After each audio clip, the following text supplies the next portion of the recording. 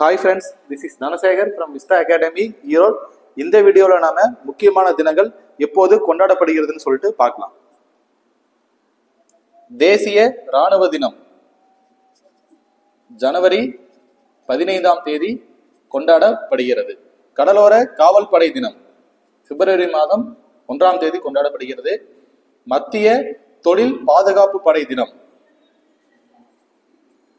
March 10ஆம் தேதி கொண்டாடப்படுகிறது. விரைவு அதிரடிப்படை தினம் அக்டோபர் 7ஆம் தேதி கொண்டாடப்படுகிறது. விமானப்படை தினம் அக்டோபர் 8ஆம் தேதி கொண்டாடப்படுகிறது. கடற்படை தினம் டிசம்பர் 4ஆம் தேதி கொண்டாடப்படுகிறது. ஆயுதப்படை தினம் டிசம்பர் 7ஆம் தேதி கொண்டாடப்படுகிறது.